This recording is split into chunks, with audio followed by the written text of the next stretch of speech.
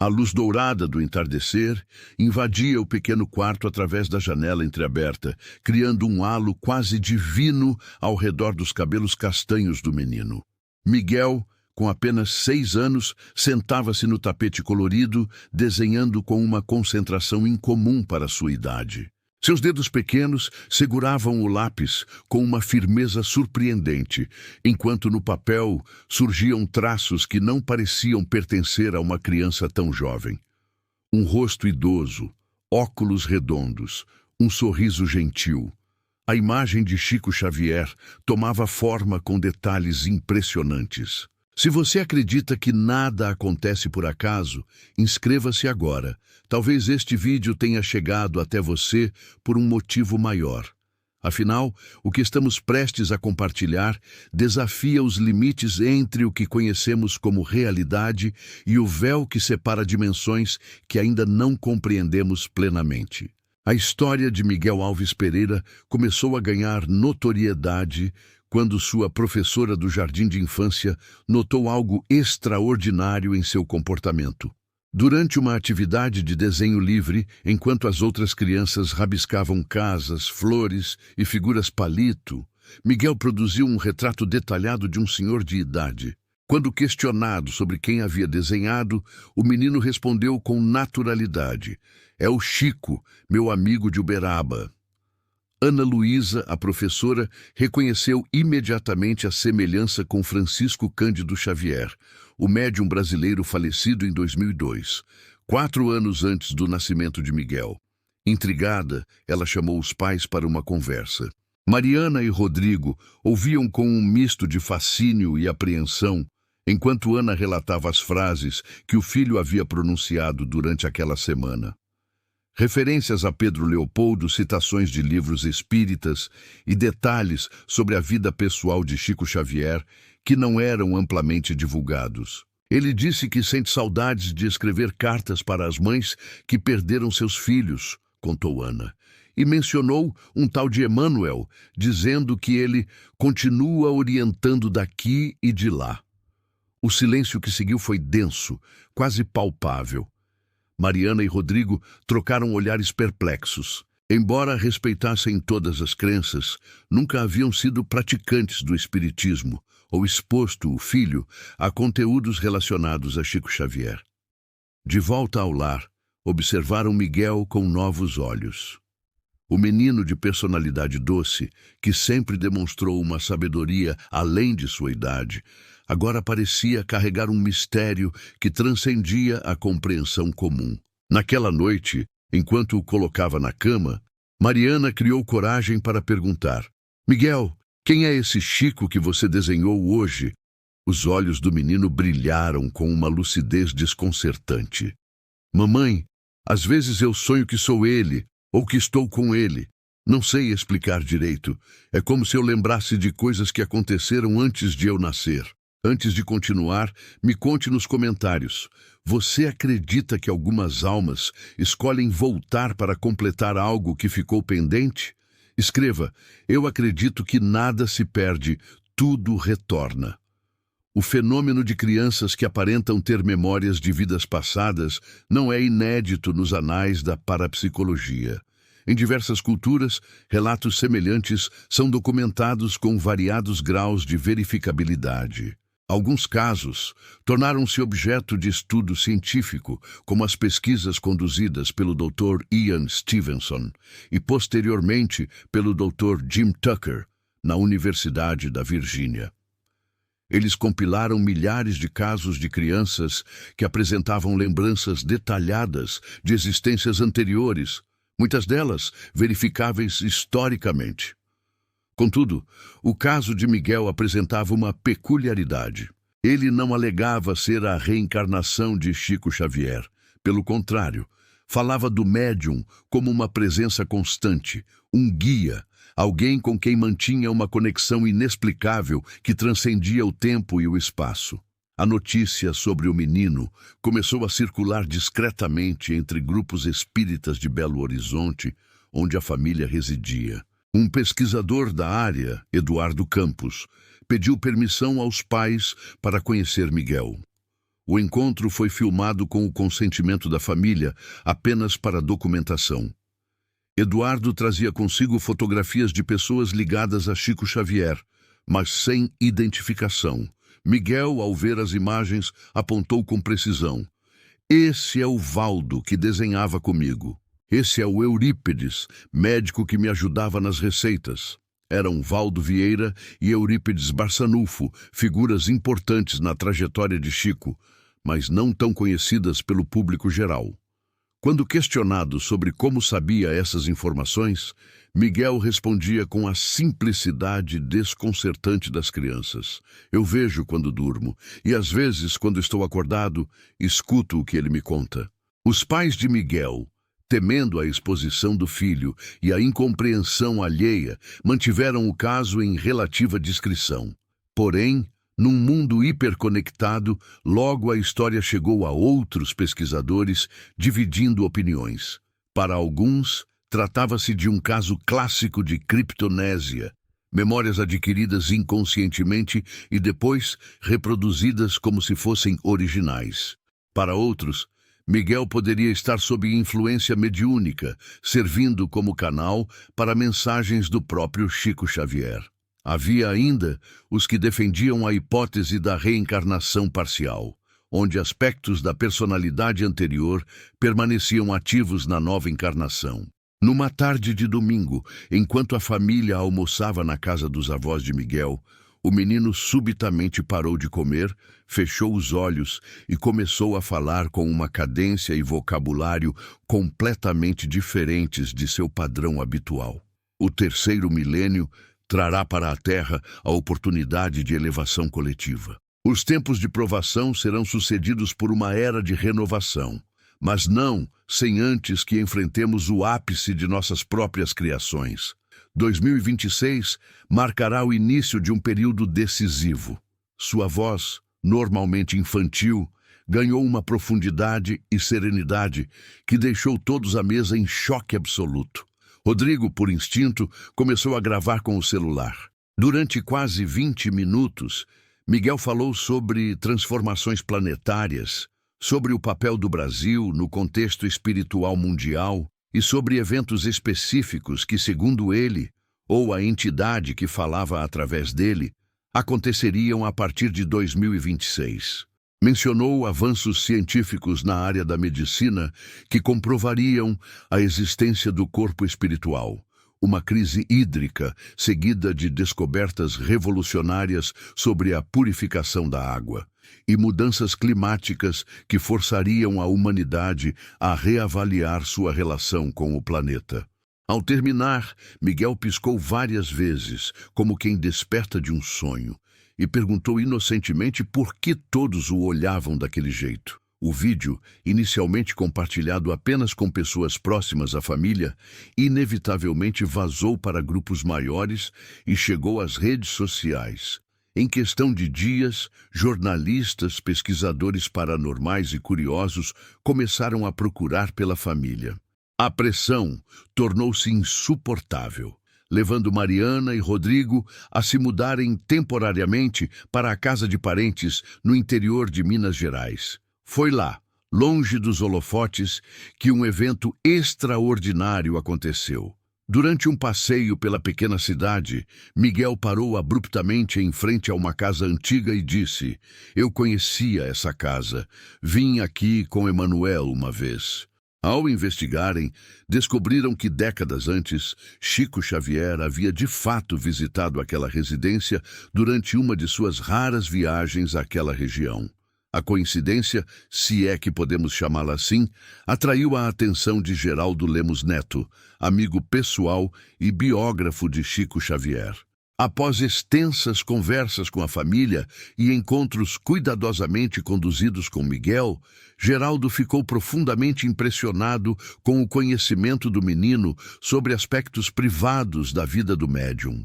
Ele mencionou episódios que não estão em livros, detalhes que apenas pessoas muito próximas a Chico conheciam, relatou Geraldo em uma entrevista posterior. Falou sobre conversas particulares, sobre as dores físicas que Chico sentia nos últimos anos de vida, e até mesmo sobre pensamentos que o médium teve e compartilhou apenas com um círculo restrito. O que mais intrigava os especialistas era a natureza dual do fenômeno. Por um lado, Miguel demonstrava conhecimentos que sugeriam memórias de uma vida anterior como Chico Xavier. Por outro, falava do médium na terceira pessoa, como um mentor ou guia com quem mantinha contato. Esta aparente contradição desafiava as categorias convencionais com que a parapsicologia classifica tais fenômenos. Dr. Alexandre Carvalho, neurocientista com interesse em estados alterados de consciência, propôs uma hipótese alternativa. Talvez estejamos diante de um fenômeno mais complexo do que nossos modelos atuais comportam. Não necessariamente reencarnação ou mediunidade nos sentidos clássicos, mas uma forma de conexão consciencial que transcende nossa compreensão atual da mente humana. Enquanto a comunidade científica debatia, a família de Miguel enfrentava questões mais práticas e imediatas. Como proteger uma criança de 6 anos do escrutínio público? Como garantir que ele tivesse uma infância normal, apesar das circunstâncias extraordinárias? E, talvez o mais importante, como lidar com as profecias para 2026 que o menino havia compartilhado? Essas previsões, inicialmente restritas ao círculo familiar, começaram a circular em contextos mais amplos. Alguns elementos eram vagos e poderiam ser interpretados de múltiplas formas, como frequentemente ocorre com profecias. Outros, porém, eram surpreendentemente específicos. Miguel havia mencionado uma descoberta científica relacionada a partículas subatômicas, que comprovaria a existência de uma matriz energética conectando todos os seres vivos. Falou sobre uma crise na relação entre inteligência artificial e consciência humana, que levaria a um reposicionamento ético global. E, mais impressionante, descreveu com detalhes uma série de fenômenos atmosféricos sem precedentes que, segundo ele, ocorreriam entre setembro e novembro de 2026. O céu vai mudar de cor por 3 dias. Não é o fim do mundo, é um aviso. As pessoas vão lembrar que são mais do que corpos. Estas palavras, pronunciadas pela boca de uma criança que mal sabia ler, provocavam arrepios em quem as ouvia. Não pelo teor apocalíptico. Na verdade, Miguel sempre enfatizava que não se tratava do fim dos tempos, mas de uma transição necessária, mas pela serena convicção com que eram ditas. Em meio a esse turbilhão, um jornalista investigativo chamado Felipe Mendes decidiu aprofundar-se no caso. Diferentemente da maioria dos colegas que buscavam o sensacionalismo fácil, Felipe tinha interesse genuíno em fenômenos paranormais e uma abordagem metodologicamente rigorosa. Sua investigação começou pelos escritos de Chico Xavier, buscando verificar se as profecias mencionadas por Miguel tinham alguma correspondência com textos publicados pelo médium em vida. Para sua surpresa, descobriu paralelos notáveis. Em cartas pessoais escritas na década de 1970, Chico havia feito menções a um período de renovação planetária que ocorreria no primeiro quarto do século XXI. Em uma dessas correspondências, destinada a um amigo próximo e nunca publicada, havia até mesmo a referência ao ano de 2026 como um marco na transformação da consciência terrena. Felipe conseguiu acesso a esse material através de Marlene Severino Nobre, médica e amiga de Chico Xavier, que havia guardado parte de sua correspondência pessoal. A carta em questão, datada de 1978, continha trechos surpreendentemente alinhados com as falas de Miguel. Meu caro amigo, Emanuel me autoriza a compartilhar com você que por volta de 2026 a humanidade enfrentará o ápice de sua própria criação material. A ciência tocará os limites do invisível e será forçada a reconhecer a dimensão espiritual da existência. Não será pelo caminho da fé, mas pela própria verificação empírica que os cientistas constatarão a continuidade da vida além da matéria. A descoberta deste documento cuja autenticidade foi verificada por especialistas em grafologia, adicionou uma camada ainda mais intrigante ao caso. Como poderia Miguel conhecer o conteúdo de uma carta que nunca havia sido tornada pública? Enquanto isso, a vida da família tentava encontrar um novo equilíbrio. Rodrigo e Mariana, ambos professores universitários, tiraram uma licença temporária de seus empregos para dedicar-se integralmente ao filho e à gestão da situação extraordinária que viviam. Recusavam ofertas de entrevistas pagas e propostas de livros, priorizando o bem-estar de Miguel acima de qualquer exposição midiática ou ganho financeiro. O menino, por sua vez, alternava entre períodos de aparente normalidade, brincando, desenhando temas infantis, interessando-se por dinossauros como qualquer criança de sua idade, e momentos em que sua conexão com algo além do ordinário se manifestava intensamente. Nessas ocasiões, sentava-se quieto, com um olhar distante, e depois compartilhava insights ou falava sobre experiências que teria vivido como ou com Chico Xavier. Uma dessas manifestações ocorreu durante uma consulta com a doutora Yara Vasconcelos, psicóloga infantil especializada em casos atípicos. A sessão estava sendo filmada com autorização dos pais para fins de documentação profissional. Miguel brincava com massinhas de modelar quando subitamente ergueu o rosto e fixou o olhar num ponto vazio da sala. "Ele está aqui", disse o menino com naturalidade. "Quem está aqui, Miguel?", perguntou a psicóloga com serenidade. "Chico. Ele quer falar sobre as cartas que ainda precisam ser escritas." Mas, nos 30 minutos seguintes, o comportamento e a fala de Miguel transformaram-se completamente. Com uma postura ereta e mãos gentilmente pousadas sobre as pernas, como um idoso sereno, o menino falou sobre a importância do amor como força transformadora do universo. Mencionou a necessidade de novas cartas para novos tempos, referindo-se aparentemente à psicografia consoladora, que foi marca do trabalho de Chico Xavier. As mães e pais que perderam seus filhos para a violência urbana, para as drogas, para a depressão, precisam saber que eles estão bem.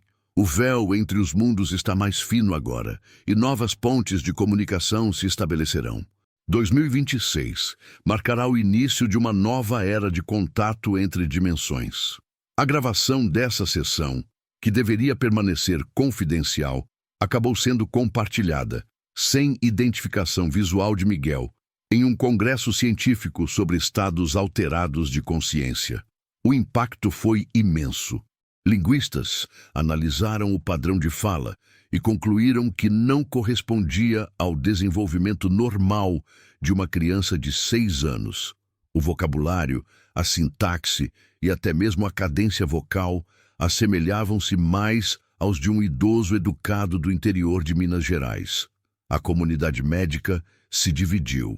Para alguns, tratava-se de um caso raro de transtorno dissociativo, talvez induzido por sugestão familiar ou exposição indireta à figura de Chico Xavier.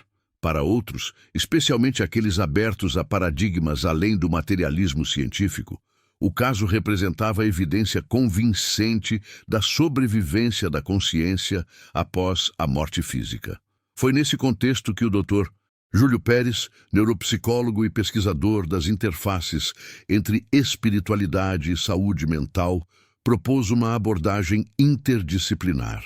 Com o consentimento da família, reuniu uma equipe que incluía especialistas em desenvolvimento infantil, neurologistas, antropólogos culturais e, de forma inédita, 2 médiuns respeitados pela seriedade de seu trabalho. Todos comprometidos com um protocolo científico rigoroso. Durante 3 dias, em um ambiente controlado, Miguel foi submetido a uma série de avaliações.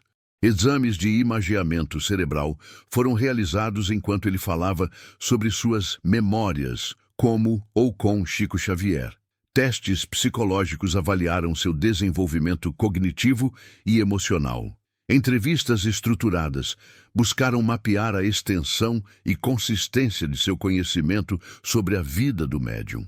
Os resultados preliminares foram fascinantes. Durante os estados em que Miguel parecia canalizar Chico Xavier, seu cérebro apresentava padrões de ativação típicos de adultos em estados meditativos profundos, algo extremamente incomum em crianças pequenas. Sua capacidade de fornecer detalhes verificáveis sobre a vida do médium ultrapassava significativamente o que poderia ter sido absorvido por exposição casual à mídia ou conversas familiares. Mais surpreendente ainda foi o teste duplo cego conduzido com objetos pessoais.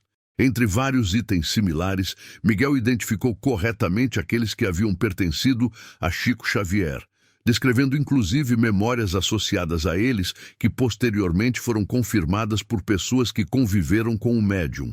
Enquanto a investigação científica avançava, as profecias para 2026 ganhavam cada vez mais atenção. Em uma das sessões gravadas, Miguel, ou a consciência que se manifestava através dele, forneceu detalhes adicionais. O Brasil tem um papel fundamental na transição planetária. Não por acidentalidade, mas por planejamento espiritual, este solo abriga almas preparadas para liderar uma renovação moral. Em 2026, uma série de eventos mostrará ao mundo que a espiritualidade não é matéria de crença, mas realidade a ser constatada. A ciência e a fé finalmente iniciarão um diálogo sincero, não por concessão de uma à outra, mas pelo reconhecimento de que são caminhos complementares para a verdade. Estas palavras, pronunciadas com a autoridade serena de um sábio através dos lábios de uma criança, provocavam reflexões profundas em todos que as ouviam. Não se tratava de previsões apocalípticas, mas de um chamado à evolução consciencial coletiva. À medida que o caso ganhava notoriedade, manifestações de apoio e crítica multiplicavam-se.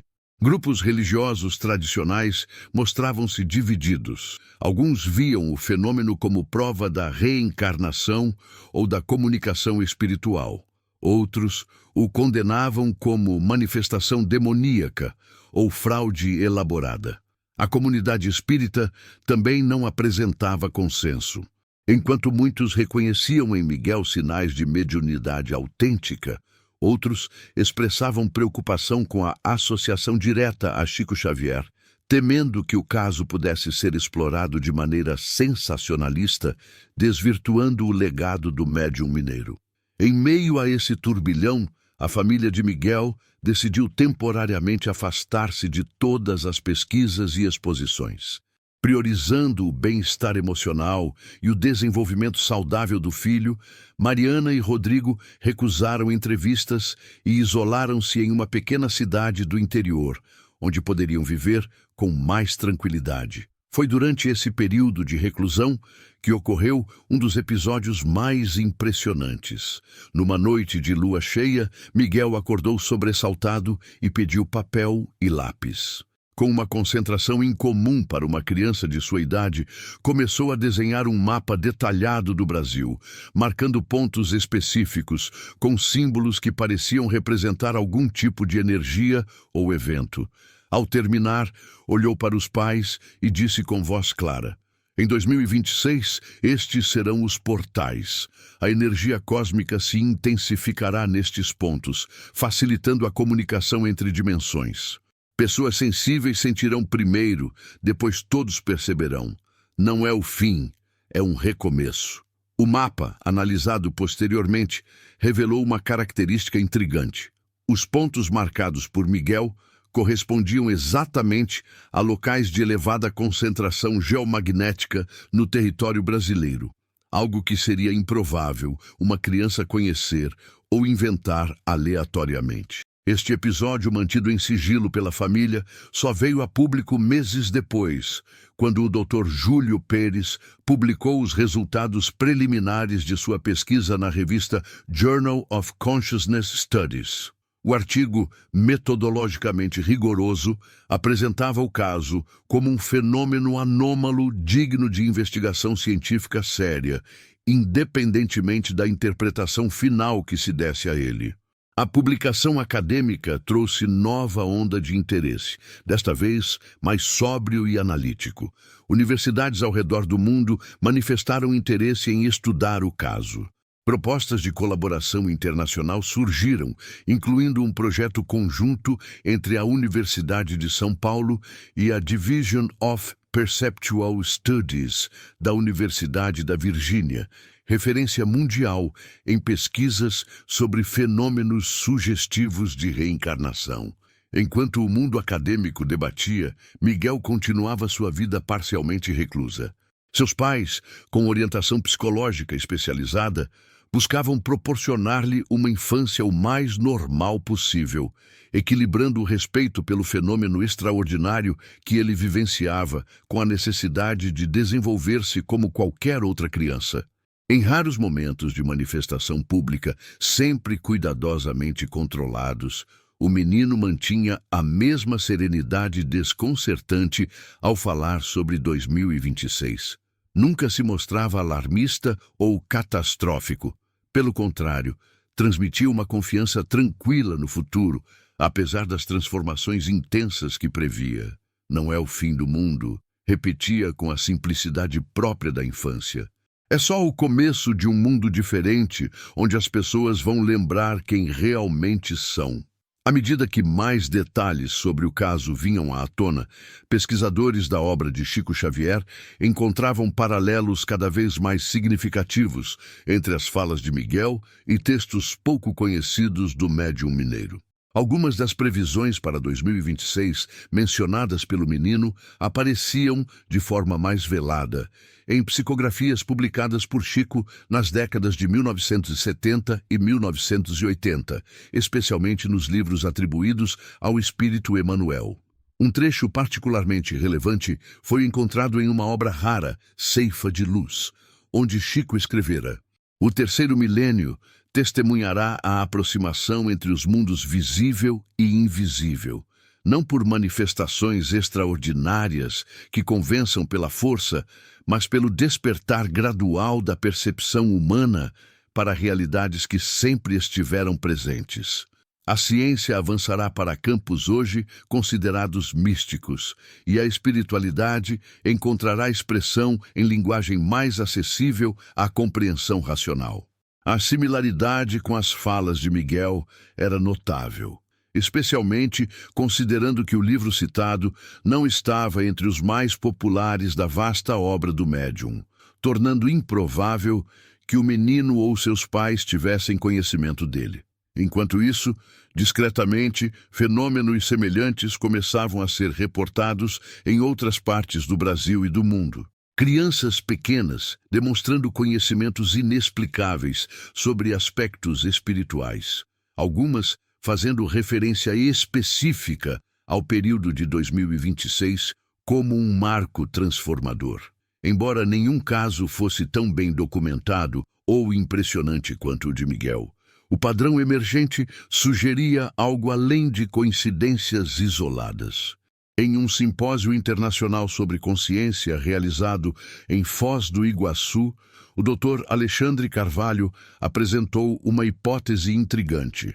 Talvez estejamos testemunhando um fenômeno de sensibilidade aumentada em certos indivíduos, especialmente crianças, como precursores de uma mudança mais ampla na percepção humana. A neuroplasticidade do cérebro infantil, combinada com a ausência de filtros culturais consolidados, pode tornar essas crianças mais receptivas a informações que existem no campo consciencial coletivo, mas que normalmente não são acessíveis à percepção comum. Desta proposta, embora especulativa, oferecia um quadro teórico que poderia acomodar tanto a perspectiva científica quanto a espiritual, sem necessariamente privilegiar uma interpretação específica do fenômeno. Para a família de Miguel, contudo, as questões teóricas eram secundárias frente aos desafios práticos e emocionais que enfrentavam. Como ajudar uma criança a integrar experiências tão extraordinárias em seu desenvolvimento normal? Como protegê-lo da exploração e do escrutínio excessivo, permitindo ao mesmo tempo que seu possível dom ou missão encontrasse expressão adequada. Estas perguntas não tinham respostas simples e cada família, enfrentando situações semelhantes, precisava encontrar seu próprio caminho. No caso de Miguel, seus pais optaram por uma abordagem balanceada, nem negação do fenômeno, nem excessiva ênfase nele. Com orientação de profissionais especializados, criaram um ambiente onde o menino podia expressar suas experiências livremente, mas também era encorajado a desenvolver-se em todas as dimensões normais da infância. Em uma rara entrevista concedida a um documentário científico, Mariana, mãe de Miguel, compartilhou: "Vivemos um dia de cada vez. Não sabemos se ele tem uma missão espiritual específica ou se está apenas passando por uma experiência incomum que fará parte de sua história de vida. Nossa prioridade é que ele cresça emocionalmente saudável, com os pés no chão, independentemente do significado maior que tudo isso possa ter. Esta sabedoria pragmática, fundamentada no amor incondicional, talvez fosse a melhor resposta possível para um fenômeno que desafiava categorias convencionais de compreensão. À medida que 2026 se aproximava, o interesse pelo caso naturalmente intensificava-se. Jornalistas, pesquisadores e curiosos buscavam prever quais das profecias de Miguel se concretizariam. O menino, agora com 7 anos, mantinha-se surpreendentemente centrado, apesar da pressão indireta que a situação inevitavelmente gerava. Em um dos raros momentos em que foi questionado diretamente sobre como se sentia em relação a tudo isso, respondeu com uma simplicidade que tocou profundamente os presentes. "Às vezes, é estranho lembrar de coisas que não vivi, mas Chico me disse que todos temos lembranças assim, só que a maioria das pessoas esquece quando cresce. Acho que minha missão é só não esquecer." Esta resposta, com sua mistura de inocência infantil e profundidade filosófica, resumia perfeitamente o enigma que o caso representava. Seria Miguel um canal excepcional para verdades espirituais, uma criança com sensibilidade paranormal incomum, ou simplesmente um menino imaginativo absorvendo e reprocessando informações de seu ambiente de formas surpreendentes? A resposta definitiva permanecia elusiva, talvez intencionalmente. Como sugeria o próprio título que enquadrava sua história: reencarnação ou influência espiritual. O mistério em si parecia ser um convite à reflexão, um lembrete de que nossa compreensão da consciência humana e suas possibilidades ainda está em sua infância. Enquanto isso, as implicações do caso estendiam-se muito além do círculo imediato de Miguel. Para a comunidade científica, representava um desafio aos paradigmas materialistas dominantes, forçando um reexame dos limites entre o objetivo e o subjetivo, o verificável e o experiencial. Para o movimento espírita, oferecia um possível vislumbre da continuidade do trabalho de um de seus mais importantes expoentes. E para o público geral, alimentava a esperança de que talvez, de fato, a existência humana contivesse dimensões mais profundas e significativas do que a visão puramente mecanicista sugeria. À medida que os meses passavam, o fenômeno Miguel começou a ser contextualizado dentro de uma tendência mais ampla de interesse renovado por questões espirituais. Sociólogos notavam um movimento gradual de distanciamento tanto do materialismo científico estrito quanto das religiões dogmáticas tradicionais, em direção a uma espiritualidade mais experiencial e pessoalmente verificável. Em um artigo publicado na revista Time, o fenômeno foi descrito como parte de uma nova sensibilidade espiritual emergente, caracterizada pela abertura a experiências transcendentes, sem a necessidade de enquadrá-las em sistemas religiosos rígidos. O caso de Miguel, com sua mistura de elementos verificáveis e aspectos que transcendiam a verificação empírica convencional, exemplificava perfeitamente esta tendência. E foi nesse instante, entre o invisível e o eterno, que algo começou a mudar. mas o que viria a seguir superaria tudo que eu poderia compreender. O vento soprava mansamente pelas janelas do pequeno quarto onde Miguel dormia, quando ele despertou sobressaltado. A luz prateada da lua cheia recortava sombras nas paredes, e o menino sentou-se na cama, seus olhos fixos em um ponto vazio do espaço. Para qualquer observador, pareceria que ele fitava o nada, mas na percepção da criança, uma presença luminosa materializava-se gradualmente. "Você veio de novo", sussurrou Miguel, sem medo ou surpresa, como quem recebe um velho amigo.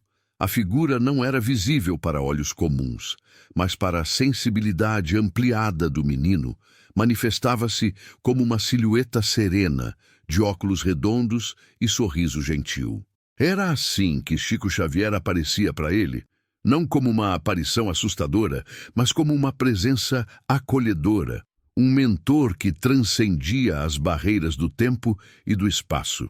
Nos meses que se seguiram à publicação do artigo científico sobre seu caso, Miguel havia se tornado objeto de intenso interesse público. Programas de televisão disputavam entrevistas exclusivas, editoras ofereciam contratos milionários para livros biográficos e até mesmo produtores de Hollywood manifestaram interesse em adaptar sua história para o cinema. Porém, mantendo a decisão de proteger o filho de qualquer exploração, Mariana e Rodrigo recusavam sistematicamente todas as propostas. Naquela noite especial, enquanto a família dormia, Miguel conversava com seu visitante invisível. Diferentemente de outras vezes, o menino não apenas recebia mensagens, ele fazia perguntas. "Por que você escolheu falar comigo?" Indagou com a curiosidade característica da infância, mas com uma profundidade incomum para seus poucos anos. A resposta não veio em palavras audíveis, mas em impressões que se formavam em sua mente, como se uma voz interior articulasse pensamentos que não eram inteiramente seus. "Não escolhi você, querido. Nossas almas já se conheciam. Alguns laços transcendem o tempo, e há mensagens que precisam ser transmitidas através daqueles cuja pureza ainda não foi turvada pelo ceticismo do mundo. As crianças são pontes naturais entre dimensões, porque ainda se lembram do caminho de volta." Na manhã seguinte, durante o café da manhã, Miguel surpreendeu os pais mencionando casualmente que havia conversado com Chico durante a noite. Embora já estivessem relativamente habituados a tais declarações, Mariana e Rodrigo ainda sentiam um arrepio percorrer-lhes a espinha quando o filho falava com tanta naturalidade sobre suas experiências transcendentais. "E sobre o que vocês conversaram desta vez?" perguntou Rodrigo, tentando manter um tom casual, enquanto trocava olhares significativos com a esposa. "Sobre 2026, respondeu Miguel, mordendo uma torrada. "Ele me mostrou coisas que vão acontecer." O silêncio que se seguiu era denso de expectativa. Os pais haviam aprendido a não pressionar o filho nesses momentos, permitindo que ele compartilhasse apenas o que se sentisse confortável em revelar. "Vai haver um grande descobrimento", continuou o menino após alguns instantes. "Cientistas vão encontrar um lugar no cérebro que é como uma porta. Quando a pessoa morre, não é o fim, é só essa porta se abrindo." Mariana segurou a mão do marido sob a mesa, ambos tentando processar o que ouviam. Não era a primeira vez que Miguel falava sobre descobertas científicas futuras, mas havia algo de diferente em seu tom. Uma certeza ainda mais pronunciada, como se não estivesse prevendo, mas lembrando de algo já testemunhado. "E tem mais", acrescentou o menino, agora com uma expressão mais grave. "Em 2026, muitas crianças como eu vão começar a falar, crianças de todo o mundo. Algumas vão lembrar de outras vidas, outras vão ver coisas que adultos não conseguem ver. É um despertar." Este conceito de um despertar coletivo entre crianças não era novo nas falas de Miguel, mas a data específica, 2026, agora aparecia consistentemente em suas declarações, conferindo um senso de urgência e concretude ao que antes parecia uma possibilidade abstrata. Preocupados com o impacto que tais experiências poderiam ter no desenvolvimento psicológico do filho, Mariana e Rodrigo consultaram a doutora Yara Vasconcelos com mais frequência. A psicóloga, que já acompanhava Miguel há meses, mostrava-se cada vez mais impressionada com a estabilidade emocional do menino, apesar das circunstâncias extraordinárias. O mais notável é que ele não mostra sinais de estresse ou confusão identitária, explicou a especialista durante uma sessão com os pais. Diferentemente de casos de personalidade múltipla ou transtornos dissociativos, Miguel mantém intacto seu senso de self. Ele não se torna Chico Xavier. Ele interage com esta presença, diferenciando claramente sua própria identidade. Esta observação profissional oferecia algum conforto aos pais, mas não eliminava por completo suas preocupações. Afinal, estavam navegando em águas desconhecidas, sem manual ou precedentes claros que pudessem guiá-los. Enquanto a família lidava com essas questões íntimas, o caso ganhava novas dimensões no campo científico. O doutor Júlio Pérez, cujo artigo inicial havia catalisado o interesse acadêmico, agora liderava um grupo internacional de pesquisadores dedicados ao estudo do que começavam a chamar de fenômeno Miguel. Em um simpósio realizado na Universidade de Edimburgo, na Escócia, pesquisadores de diversas disciplinas, neurociência, psicologia do desenvolvimento, estudos religiosos, física quântica e antropologia, reuniram-se para discutir as implicações teóricas do caso. O evento, inicialmente planejado para um pequeno auditório, precisou ser transferido para o salão principal devido ao enorme interesse que despertou. O que torna este caso particularmente significativo, explicou o Dr. Pérez em sua apresentação de abertura, é a combinação de elementos verificáveis e não verificáveis. Por um lado, temos o conhecimento surpreendente que Miguel demonstra sobre detalhes privados da vida de Chico Xavier. Informações que, após investigação rigorosa, confirmamos não estarem disponíveis em fontes públicas. Por outro lado, temos as previsões para 2026, que, por definição, não podemos ainda verificar.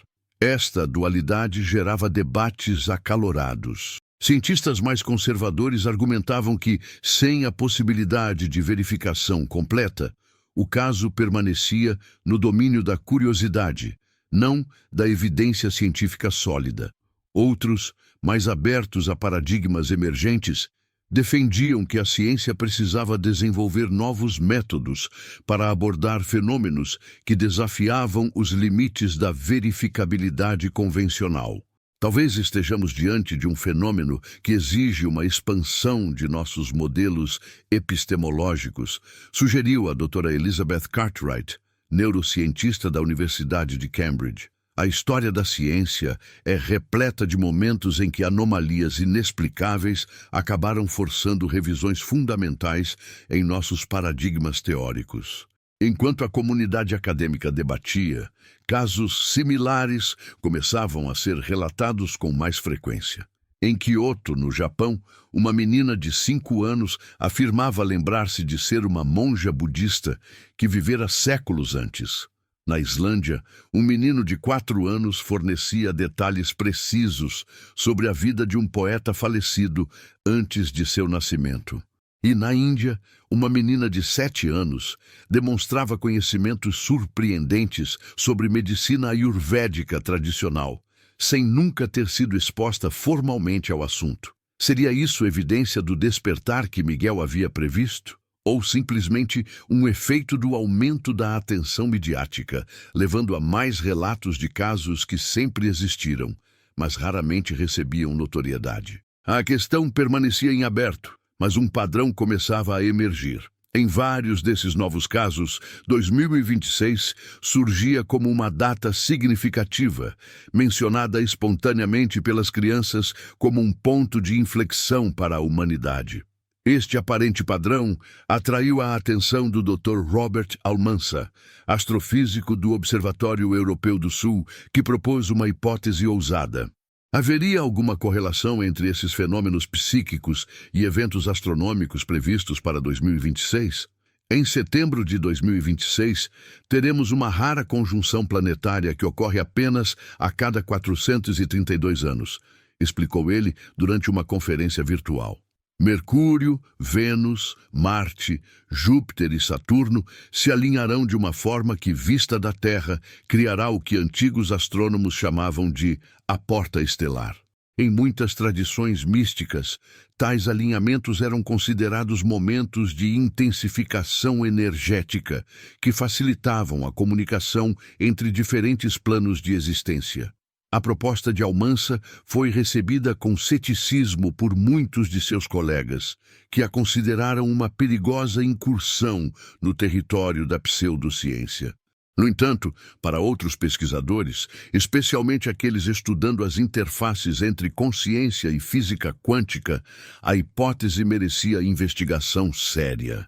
Se considerarmos a possibilidade de que a consciência não é simplesmente um produto da atividade neuronal, mas possui propriedades quânticas que a conectam a campos de informação mais amplos, não podemos descartar a priori a influência de configurações astronômicas em fenômenos de consciência não local, argumentou o doutor Michio Nakamura, físico teórico e pesquisador de consciência da Universidade de Tóquio. Miguel, alheio a esses debates acadêmicos, continuava sua vida parcialmente reclusa, alternando entre momentos de absoluta normalidade infantil e episódios em que sua conexão com algo além do ordinário se manifestava. Seus pais, seguindo orientações psicológicas especializadas, esforçavam-se para manter um ambiente que não negasse nem supervalorizasse suas experiências extraordinárias. Foi durante um desses períodos de aparente normalidade que algo inesperado aconteceu. A família havia viajado para uma pequena praia no litoral de Santa Catarina, buscando alguns dias de tranquilidade, longe dos olhares curiosos que ainda os perseguiam ocasionalmente. Miguel brincava na areia quando subitamente parou, olhando fixamente para o horizonte marinho. "Papai", chamou ele com urgência, "preciso escrever algo. Agora." Rodrigo, que já havia aprendido a reconhecer os sinais dessas urgências criativas, rapidamente pegou o bloco de notas e a caneta que sempre carregava consigo para tais ocasiões. Miguel sentou-se na areia e, com uma concentração incomum, começou a desenhar uma série de símbolos geométricos complexos, intercalados com palavras em uma escrita que parecia uma mistura de português arcaico e latim. Por quase uma hora, o menino trabalhou ininterruptamente, preenchendo página após página com aqueles símbolos enigmáticos. Quando finalmente terminou, pareceu despertar de um transe, piscando várias vezes como quem readapta os olhos à luz. "O que você desenhou, filho?" perguntou Mariana suavemente, observando os símbolos que não faziam sentido para ela. "É uma mensagem de Emanuel", respondeu Miguel, referindo-se ao guia espiritual que, segundo Chico Xavier, orientava seu trabalho mediúnico. Ele disse que isso vai ajudar as pessoas a entenderem o que vai acontecer em 2026. Os desenhos e escritos daquela tarde na praia foram posteriormente analisados por linguistas e especialistas em simbologia antiga. Para surpresa dos pesquisadores, alguns dos símbolos apresentavam notável semelhança com escritas encontradas em artefatos sumérios datados de aproximadamente 3.500 a.C., uma coincidência que parecia estatisticamente improvável para uma criação aleatória.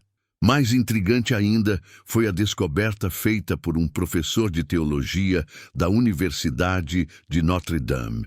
Parte do texto em latim arcaico correspondia a trechos de manuscritos medievais atribuídos a Hildegard von Bingen, mística e compositora do século XII, que relatava visões proféticas. Um desses manuscritos, raramente traduzido e pouco conhecido fora dos círculos acadêmicos especializados, continha referências a um grande despertar das almas jovens que ocorreria em um futuro distante, quando os céus se reorganizarem em uma porta estelar. A coincidência, se é que podemos chamá-la assim, entre estes escritos medievais, as previsões astronômicas para 2026 e os desenhos produzidos espontaneamente por Miguel, adicionou novas camadas de complexidade ao já enigmático caso. Em meio a esse crescente interesse global, Geraldo Lemos Neto, o amigo e biógrafo de Chico Xavier, que havia investigado o caso inicialmente, decidiu compartilhar publicamente algo que até então mantivera em sigilo. Durante um de seus encontros com Miguel, o menino havia lhe transmitido uma mensagem específica que, segundo ele, vinha diretamente de Chico. Miguel me disse: Chico pede para você procurar na terceira gaveta da escrivaninha da sala de Pedro Leopoldo. Tem um envelope amarelo com um manuscrito incompleto. Ele quer que você termine esse trabalho. O detalhe impressionante era que a escrivaninha mencionada, que pertencera a Chico Xavier durante seu período em Pedro Leopoldo, estava há anos guardada em um depósito da Fundação Cultural que preservava seu legado. Ninguém havia inventariado seu conteúdo detalhadamente. Quando Geraldo, acompanhado de testemunhas e um tabelião para documentar o processo, abriu a terceira gaveta da escrivaninha, encontrou exatamente o que Miguel havia descrito. Um envelope amarelo, já desbotado pelo tempo, contendo um manuscrito parcial, escrito à mão pelo próprio Chico Xavier. O título do documento era Preparações para o Grande Despertar, e as últimas palavras escritas antes da interrupção abrupta eram: em 2026, quando os véus entre os mundos se tornarem mais tênues, a autenticidade do manuscrito foi confirmada por especialistas em grafologia, que atestaram tratar-se inequivocamente da caligrafia de Chico Xavier. A data, ao final da última página, quase apagada, mas ainda legível, era de 30 de junho de 2002, precisamente um dia antes da morte do médium. A descoberta deste manuscrito inacabado causou comoção na comunidade espírita e além dela. Como poderia Miguel saber da existência de um documento guardado em um local que nunca havia visitado, escrito por alguém que falecera antes de seu nascimento? Para aqueles inclinados a aceitar explicações espirituais, a resposta parecia óbvia. Tratava-se de comunicação mediúnica autêntica. Para os céticos, o caso levantava questões inquietantes sobre coincidências, criptomnésia ou, na hipótese mais extrema, algum tipo de elaborada mistificação envolvendo adultos próximos ao menino. O doutor Júlio Pérez, mantendo seu compromisso com a investigação rigorosa, propôs um novo protocolo de pesquisa. Uma série de experimentos controlados em que Miguel seria exposto a objetos e documentos relacionados a Chico Xavier, misturados com outros similares em condições de teste duplo cego. Nem o menino, nem os pesquisadores diretamente envolvidos na interação com ele saberiam quais itens tinham conexão real com o médium. Com o consentimento dos pais e o acompanhamento constante da psicóloga infantil, os experimentos foram conduzidos ao longo de várias semanas. Os resultados, publicados posteriormente na revista científica Frontiers in Consciousness Research, foram estatisticamente significativos.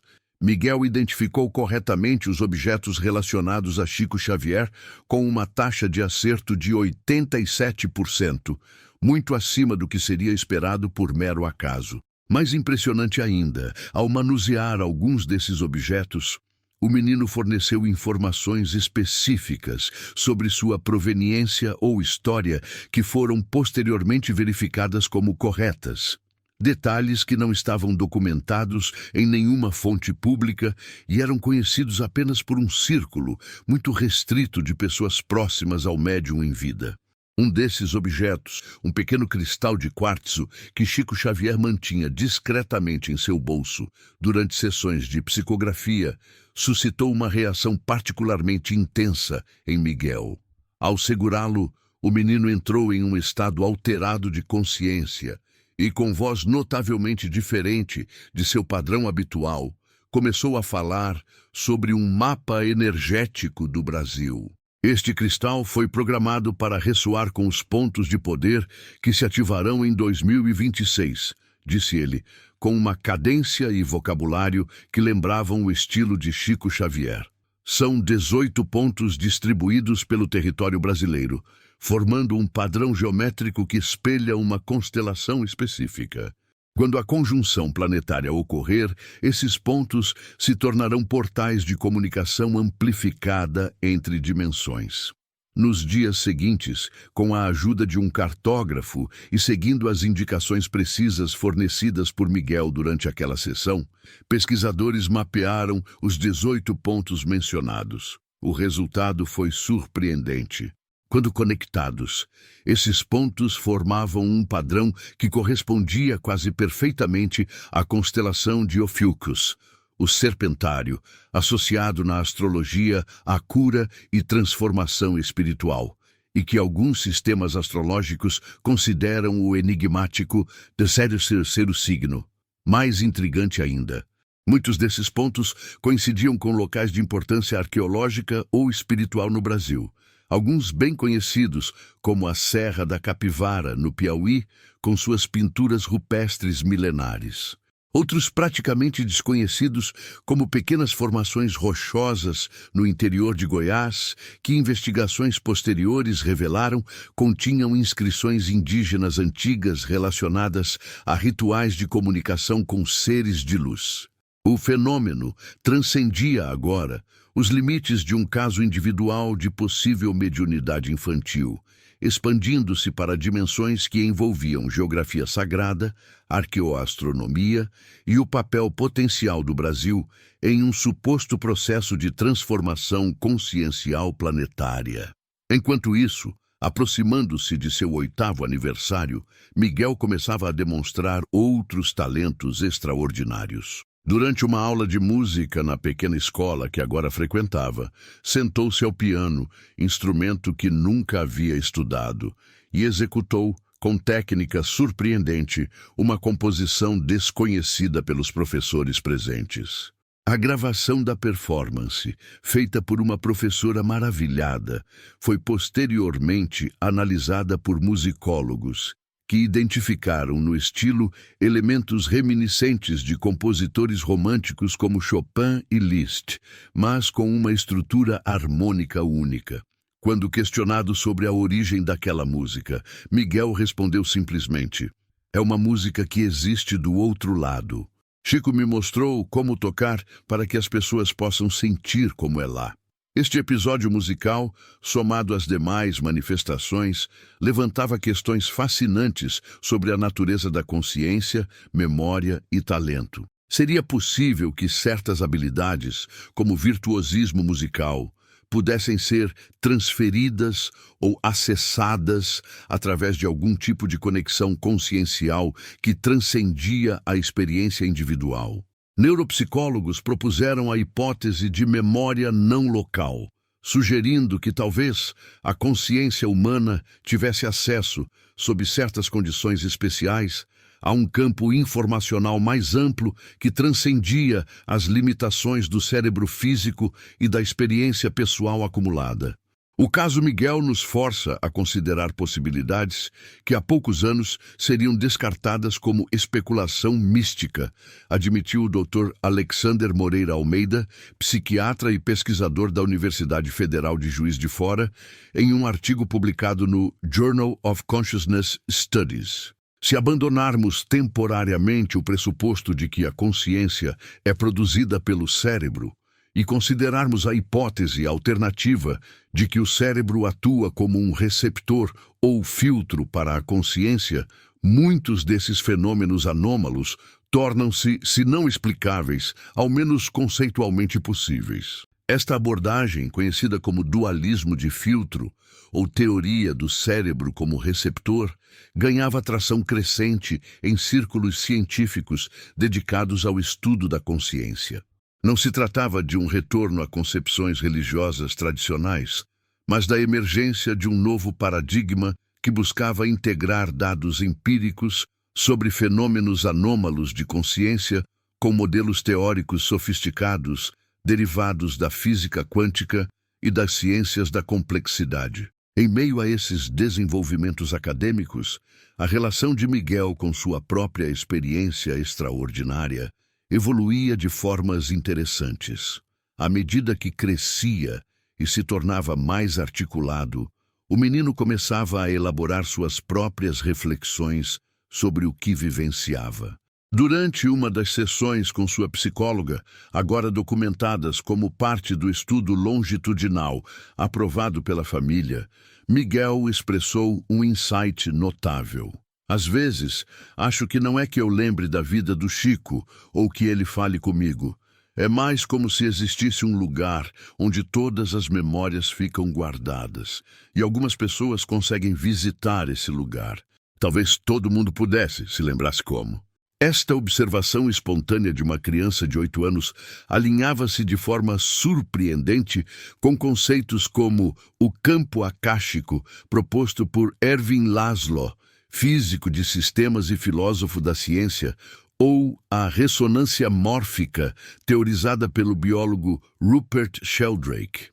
Ideias que sugerem a existência de campos informacionais não físicos que preservam e transmitem memória e forma através do tempo e espaço. Enquanto 2026 se aproximava, o caso de Miguel continuava a exercer fascínio global, inspirando tanto investigação científica rigorosa quanto especulação New Age mais livre. Documentários, livros e incontáveis artigos exploravam as múltiplas dimensões do fenômeno, transformando o menino brasileiro em um símbolo involuntário de possibilidades conscienciais ainda inexploradas pela ciência convencional. Preocupados com o impacto dessa atenção no desenvolvimento do filho, Mariana e Rodrigo mantinham-no em relativa reclusão, permitindo apenas interações controladas com pesquisadores aprovados e recusando sistematicamente ofertas midiáticas sensacionalistas. Esta postura ética rigorosa conquistou o respeito tanto da comunidade científica quanto espiritual, que reconheciam no casal um exemplo de como lidar responsavelmente com um fenômeno tão extraordinário. À medida que mais crianças ao redor do mundo demonstravam sensibilidades e conhecimentos incomuns, frequentemente mencionando 2026 como data significativa, um padrão começava a emergir nas narrativas que compartilhavam. Não se tratava de previsões apocalípticas ou catastróficas, como frequentemente ocorre em profecias milenaristas, mas de descrições consistentes de uma expansão de percepção ou despertar consciencial coletivo. Um aspecto particularmente intrigante era a menção recorrente a fenômenos luminosos no céu que precederiam ou acompanhariam este suposto despertar.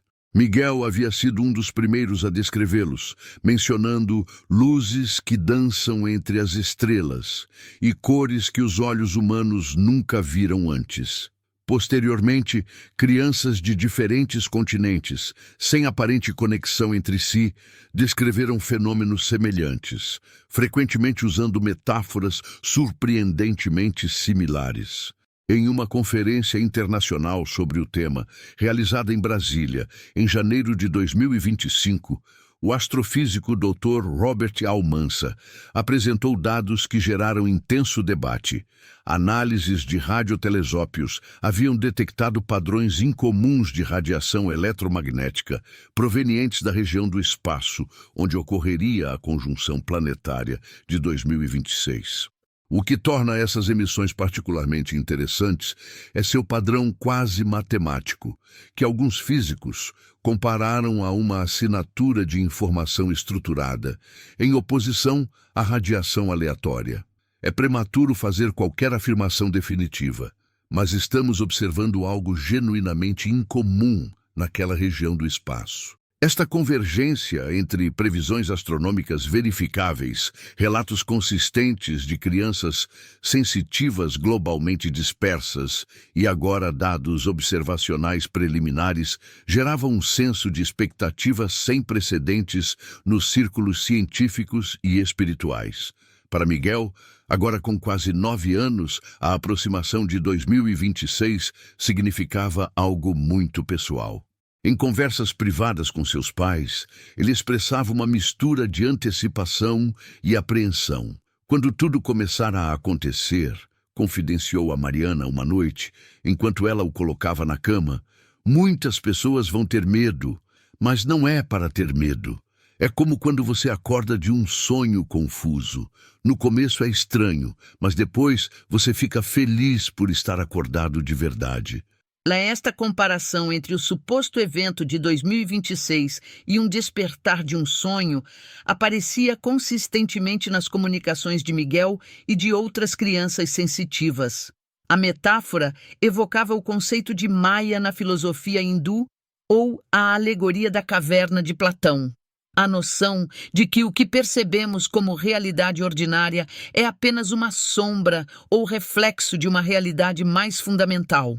À medida que o interesse global pelo fenômeno crescia, Miguel recebia cartas e mensagens de pessoas do mundo todo, muitas relatando experiências similares, outras buscando orientação ou confirmação para suas próprias percepções extraordinárias. Embora seus pais filtrassem cuidadosamente essa correspondência, permitiam que o filho respondesse a algumas cartas selecionadas, sempre sob supervisão.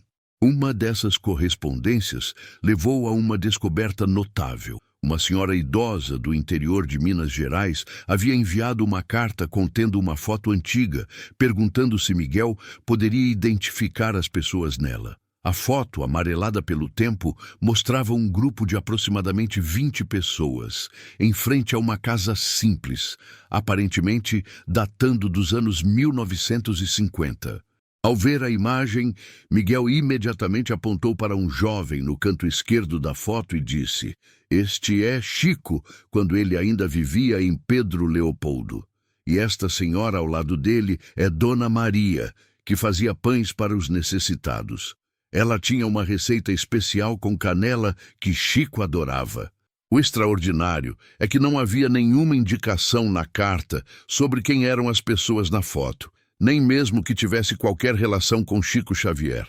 Investigação posterior revelou que se tratava, de fato, de uma foto rara de um encontro de espíritas em Pedro Leopoldo, e a senhora mencionada por Miguel, identificada apenas como uma figura anônima na fotografia, era de fato conhecida localmente por seu trabalho de caridade e seus pães de canela, um detalhe tão específico e obscuro que parecia estatisticamente impossível que fosse um palpite aleatório certeiro. Este tipo de verificação pontual, embora anedótica quando considerada isoladamente, ganhava peso significativo quando somada às centenas de outros detalhes verificados ao longo dos anos de estudo do caso. O padrão emergente era claro. Miguel possuía acesso a informações específicas sobre Chico Xavier e seu círculo que transcendiam o que poderia razoavelmente ser explicado por exposição normal a fontes públicas ou mesmo transmissão oral de histórias familiares. Enquanto isso, a análise dos desenhos simbólicos e textos produzidos pelo menino durante seus estados alterados de consciência revelava outro padrão intrigante. Muitos continham elementos que pareciam prever desenvolvimentos científicos específicos nos campos da física quântica, neurociência e astronomia. Um desenho particularmente notável, produzido durante uma sessão em 2023, mostrava uma estrutura que lembrava um complexo nó molecular. 2 anos depois, em 2025, pesquisadores da Universidade de Stanford publicaram a descoberta de uma configuração molecular quase idêntica em seu trabalho pioneiro sobre microtúbulos quânticos no cérebro humano, estruturas que, segundo sua hipótese, poderiam servir como interfaces entre a atividade neuronal clássica e processos quânticos subjacentes, potencialmente relacionados a fenômenos de consciência não local. A semelhança entre o desenho de Miguel e as imagens microscópicas publicadas pelos pesquisadores era tão impressionante que o principal cientista do estudo, Dr. Stuart Hameroff, viajou pessoalmente ao Brasil para conhecer o menino e os originais de seus desenhos. É difícil para um cientista convencional admitir algo assim, confessou Hameroff após o encontro, mas a precisão com que este desenho antecipa nossa descoberta ultrapassa os limites da coincidência estatística. Ou estamos diante de um prodígio científico com intuição extraordinária, ou precisamos considerar seriamente a possibilidade de acesso não convencional à informação. Este reconhecimento por parte de um neurocientista respeitado marcava uma mudança significativa na recepção acadêmica do fenômeno Miguel. O caso começava a ser discutido não apenas em conferências sobre parapsicologia ou estudos de consciência, mas em fóruns científicos mainstream, incluindo simpósios satélites em congressos da Sociedade Europeia de Neurociência e da Associação Americana para o Avanço da Ciência. Aproximando-se do final de 2025, com apenas meses até a data que havia sido consistentemente mencionada em suas comunicações, Miguel passou por uma mudança notável. Os episódios de transe ou comunicação aparente com Chico Xavier tornaram-se menos frequentes, dando lugar a períodos mais longos de introspecção silenciosa. Quando questionado por seus pais sobre essa mudança, o menino, agora com uma maturidade verbal que frequentemente surpreendia até mesmo aqueles acostumados com suas capacidades extraordinárias, explicou: Chico me disse que o trabalho dele comigo está quase completo. As sementes foram plantadas. Agora cada pessoa precisa encontrar sua própria conexão com o que está além. Em 2026, não será mais sobre mensageiros especiais. Todos terão a oportunidade de sentir diretamente. Esta declaração alinhava-se com um tema recorrente nas comunicações anteriores. A ideia de que o fenômeno 2026 não seria mediado primariamente por indivíduos específicos, mas representaria uma expansão generalizada da percepção consciencial humana, facilitada por condições cósmicas e terrestres específicas. Nos círculos científicos mais abertos a paradigmas emergentes, esta noção encontrava paralelos interessantes nas teorias de salto quântico evolutivo, propostas por teóricos como Jan Gebser e Ken Wilber, que sugeriam a possibilidade de transformações coletivas na estrutura da consciência humana ao longo da história cultural. O físico e filósofo Dr. Basarab Nicolescu, pioneiro nos estudos de transdisciplinaridade, ofereceu uma perspectiva particularmente intrigante em um artigo publicado na revista World Futures. O que testemunhamos no fenômeno Miguel e casos similares pode ser compreendido como precursores de uma mudança mais fundamental no regime epistêmico humano, a emergência do que chamei de terceiro termo incluído, uma lógica que transcende o binarismo sujeito-objeto e permite a reconciliação de aparentes contradições em um nível mais elevado de realidade. As crianças sensitivas que antecipam 2026 podem representar os primeiros exemplos de uma consciência emergente capaz de navegar naturalmente entre múltiplos níveis de realidade.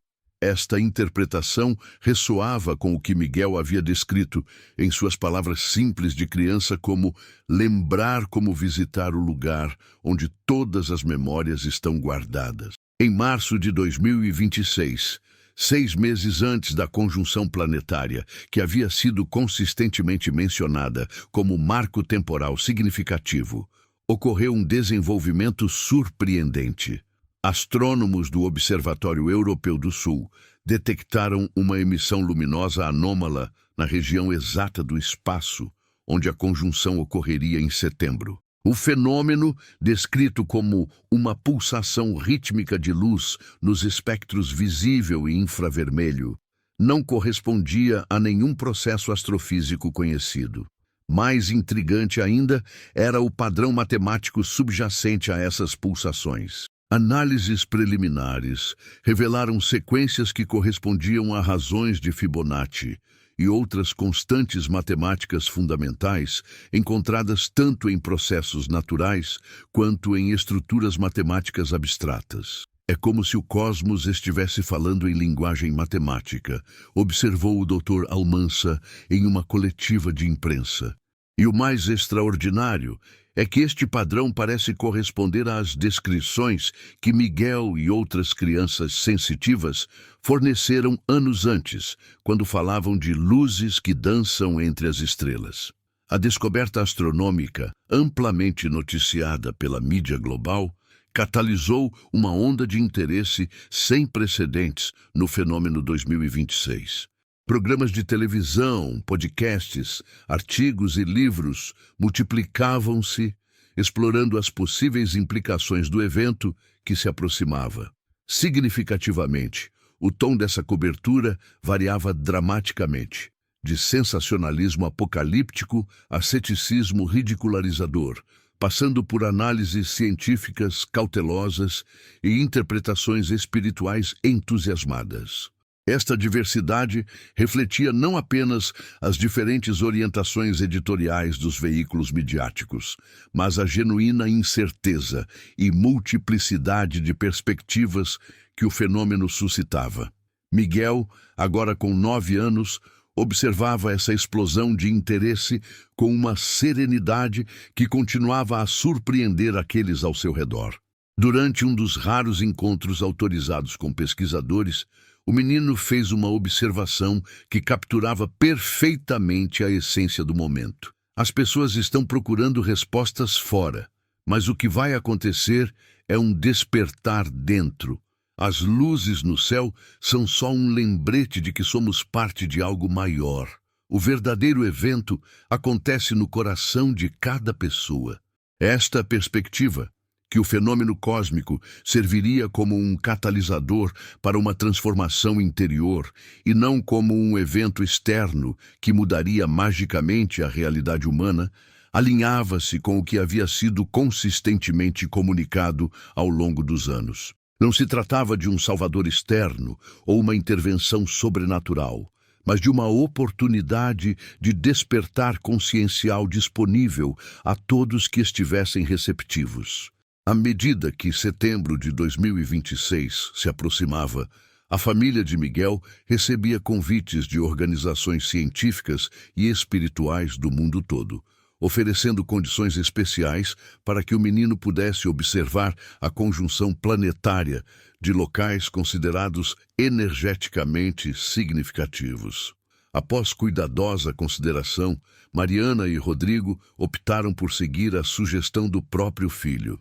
Estariam em Alto Paraíso de Goiás, um dos 18 pontos do mapa energético que Miguel havia identificado anos antes.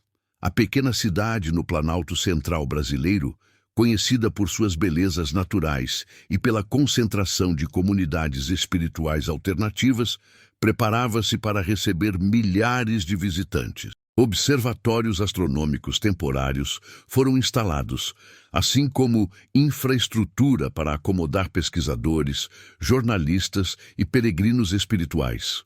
Miguel e sua família, no entanto, manteriam distância das multidões. Seguindo indicações específicas do menino, planejavam estar em uma formação rochosa isolada, alguns quilômetros distante da cidade, exatamente no momento em que a conjunção planetária alcançaria seu ápice. Nas semanas que antecederam o evento, manifestações luminosas inexplicáveis foram relatadas em diversos pontos do planeta, frequentemente coincidindo com os locais que haviam sido identificados como portais energéticos nos mapas de Miguel e outras crianças sensitivas. Filmadas por centenas de testemunhas independentes e analisadas por especialistas em efeitos visuais e fenômenos atmosféricos, estas manifestações desafiavam explicações convencionais. Não se trata de reflexos, drones, aeronaves convencionais ou qualquer fenômeno atmosférico conhecido, concluiu um relatório conjunto de meteorologistas e físicos atmosféricos. Estamos observando padrões luminosos que parecem violar princípios conhecidos da física óptica, incluindo comportamentos que sugerem algum tipo de interação inteligente com o ambiente. Esta última observação, a aparente inteligência por trás dos fenômenos luminosos, era particularmente significativa. Em vários casos, as luzes pareciam responder a pensamentos ou intenções coletivas de observadores, expandindo-se ou mudando de configuração em aparente resposta a estados emocionais ou mentais específicos. Para alguns pesquisadores, no emergente campo da consciência quântica, isto sugeria uma possível manifestação macroscópica de efeitos quânticos normalmente confinados ao reino subatômico, especificamente a influência do observador sobre o observado, ampliada a uma escala visível. Se considerarmos a hipótese de que a consciência possui propriedades quânticas fundamentais e que, sob certas condições específicas, estas propriedades podem manifestar-se em escalas maiores, estes fenômenos luminosos poderiam representar uma espécie de exteriorização ou visualização da interação mente-matéria, propôs o Dr. Nakamura em um artigo que rapidamente se tornou viral, tanto em círculos científicos quanto populares. Na noite de 21 de setembro de 2026, data da conjunção planetária, milhões de pessoas ao redor do mundo voltaram seus olhos para o céu. Em observatórios astronômicos profissionais, telescópios capturavam dados detalhados do alinhamento celestial. Em cidades e campos, multidões reuniam-se espontaneamente em parques, praias e montanhas para testemunhar o evento. Em Alto Paraíso de Goiás, Miguel e sua família haviam chegado à formação rochosa isolada algumas horas antes do anoitecer, acompanhados apenas por um pequeno grupo de pesquisadores selecionados, incluindo o Dr. Júlio Pérez, que acompanhava o caso desde o início, e a doutora Yara Vasconcelos, psicóloga de Miguel, montaram um acampamento simples com equipamentos mínimos para registro do evento. À medida que o sol se punha e as primeiras estrelas tornavam-se visíveis, uma atmosfera de expectativa silenciosa envolvia o grupo. Miguel, sentado sobre uma pedra plana, observava o horizonte com expressão serena. Não demonstrava a excitação típica de uma criança em um momento extraordinário, mas uma calma centrada que irradiava para aqueles ao seu redor. Está começando, disse ele suavemente, quando a primeira estrela do alinhamento tornou-se visível. Nas horas seguintes, à medida que a conjunção planetária progredia, fenômenos extraordinários foram relatados globalmente. As luzes dançantes apareceram simultaneamente em dezenas de locais, sempre coincidindo com os pontos identificados nos mapas das crianças sensitivas. Mais impressionante ainda, observadores relataram uma coloração incomum na atmosfera, um tom violeta azulado que parecia emanar não de uma fonte específica, mas permear o próprio ar. É como se o céu estivesse mudando de frequência, relatou um físico atmosférico em transmissão ao vivo da Austrália. As medições espectroscópicas mostram padrões que não correspondem a nenhum fenômeno atmosférico conhecido. No pequeno acampamento em Goiás, enquanto a conjunção alcançava seu ápice, Miguel levantou-se e caminhou até o centro da formação rochosa. Ali, em um círculo natural formado por pedras antigas, o menino sentou-se em posição meditativa. O que aconteceu a seguir foi documentado por múltiplas câmeras e testemunhado por todos os presentes. Um padrão luminoso surgiu no ar ao redor do menino, não como uma manifestação física externa, mas como uma espécie de campo energético sutil que emanava de seu corpo. À medida que a luminosidade se intensificava, Miguel começou a falar. Não com sua voz habitual de criança, nem com o tom adulto que ocasionalmente manifestava em seus estados alterados, mas com uma qualidade vocal que os presentes mais tarde descreveriam como multidimensional, como se múltiplas vozes harmonizadas falassem em uníssono.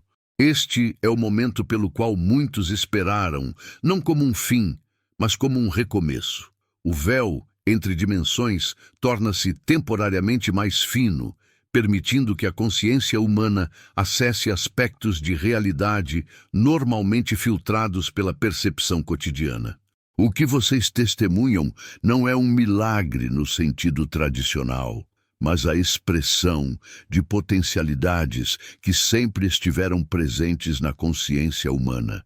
As crianças como eu foram apenas as primeiras a perceber, porque nossas mentes ainda não estavam completamente estruturadas pelos condicionamentos que limitam a percepção. Chico Xavier e outros pioneiros espirituais prepararam o caminho, plantando sementes de compreensão que agora começam a florescer.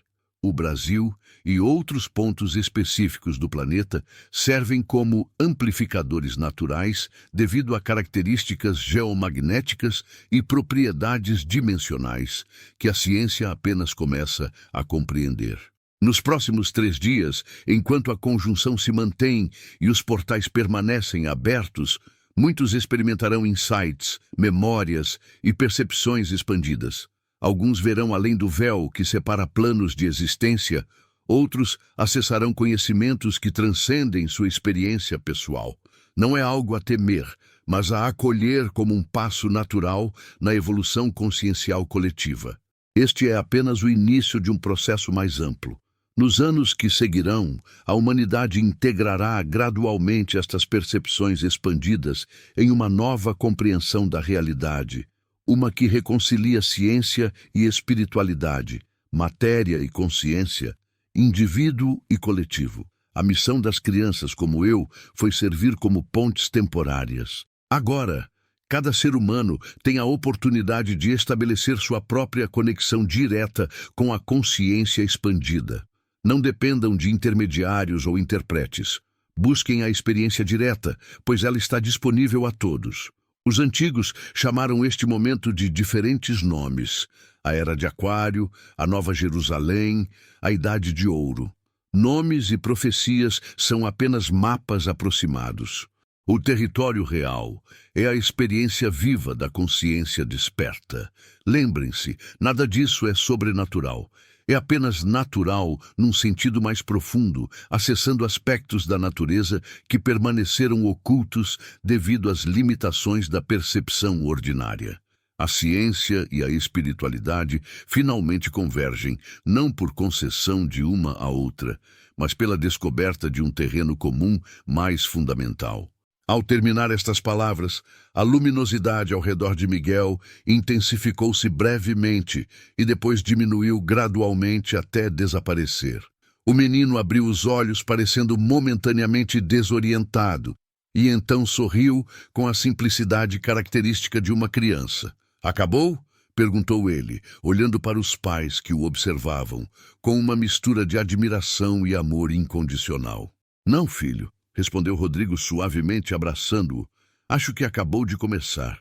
Nos dias que se seguiram, relatos extraordinários emergiram de todo o planeta.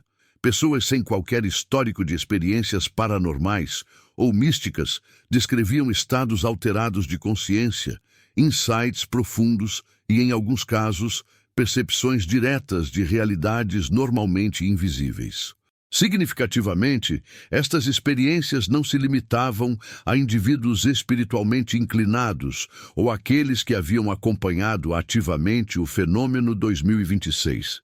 Cientistas céticos, executivos pragmáticos e pessoas comuns sem interesse prévio em temas transcendentes relatavam experiências que desafiavam sua compreensão prévia da realidade.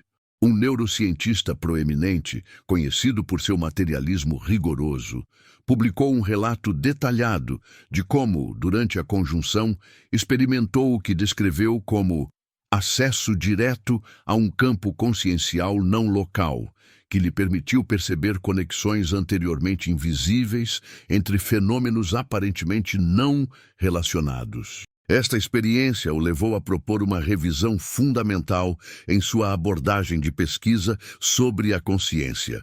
Hospitais relataram um aumento significativo em admissões relacionadas a experiências incomuns de percepção. Mas, curiosamente, a maioria dos pacientes não demonstrava sinais de patologia psiquiátrica convencional. Pelo contrário, apresentavam níveis elevados de coerência, lucidez e bem-estar psicológico, apesar da natureza extraordinária de suas experiências. A comunidade científica global mobilizou-se para documentar e analisar o fenômeno sem precedentes. Iniciativas interdisciplinares surgiram espontaneamente, conectando neurocientistas, físicos, psicólogos, antropólogos e especialistas em tradições espirituais. O objetivo não era debater se algo havia de fato ocorrido, a evidência empírica era esmagadora, mas compreender a natureza e implicações do que estava sendo experimentado coletivamente. Para Miguel, as semanas após o evento marcaram o início de uma nova fase. Os estados de transe e comunicações aparentes com Chico Xavier cessaram completamente. Em seu lugar, emergiu uma criança notavelmente equilibrada e serena, que mantinha memórias claras de suas experiências extraordinárias, mas agora parecia integrada em uma normalidade enriquecida. "Eu ainda lembro de tudo", explicou ele aos pais. "Mas agora é como uma memória, não como algo que ainda está acontecendo." Chico me disse que seria assim, que quando os portais se abrissem para todos, meu papel especial estaria completo. Esta transição representava o cumprimento do que Miguel havia descrito anos antes. O fenômeno 2026 não seria centrado em mensageiros especiais, mas ofereceria a cada pessoa a oportunidade de estabelecer sua própria conexão direta com dimensões expandidas de consciência. Nos meses que se seguiram, enquanto a humanidade começava a integrar e processar coletivamente a experiência, novas compreensões emergiram nos campos da ciência, filosofia, espiritualidade e cultura. A divisão histórica entre materialismo científico e espiritualidade começou a dissolver-se, não por abandono do rigor metodológico ou por rejeição da racionalidade, mas pela expansão dos próprios paradigmas científicos para acomodar dados empíricos sobre a natureza não local e primordial da consciência. A teoria do cérebro como filtro ou receptor, anteriormente considerada especulativa, ganhou aceitação crescente à medida que novos modelos matemáticos demonstravam sua compatibilidade com descobertas emergentes em física quântica e neurociência. Tradições espirituais ancestrais, por sua vez, encontravam novas formas de expressão que as tornavam acessíveis e relevantes para a sensibilidade contemporânea, despidas de dogmatismos históricos e integradas a uma compreensão mais ampla da experiência humana. O fenômeno Miguel, como ficou conhecido o extraordinário caso do menino brasileiro que havia previsto e, de certa forma, catalisado este momento histórico, tornou-se objeto de estudo em universidades ao redor do mundo, não apenas como curiosidade parapsicológica, mas como exemplo paradigmático de possibilidades conscienciais ainda em processo de exploração científica. Para a família de Miguel, O desafio agora era mais simples e, ao mesmo tempo, mais profundo: criar condições para que o filho pudesse desenvolver-se plenamente como ser humano, integrando suas extraordinárias experiências em uma vida balanceada e significativa. E foi isso que fizeram, com o apoio de uma rede internacional de profissionais e amigos que compreendiam a importância de proteger a normalidade essencial da infância, mesmo em circunstâncias tão extraordinárias. Hoje, olhando para trás, compreendemos que 2026 não representou o fim dos tempos, nem o início de uma utopia instantânea, mas um ponto de inflexão na evolução consciencial humana.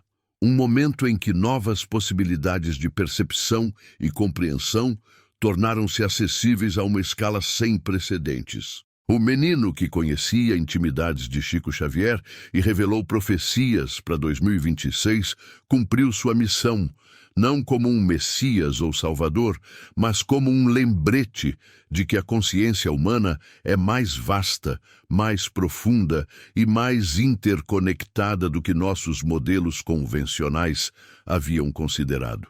Se esta história tocou sua alma, compartilhe com alguém que também precisa lembrar que existem dimensões da realidade que transcendem nossa percepção cotidiana.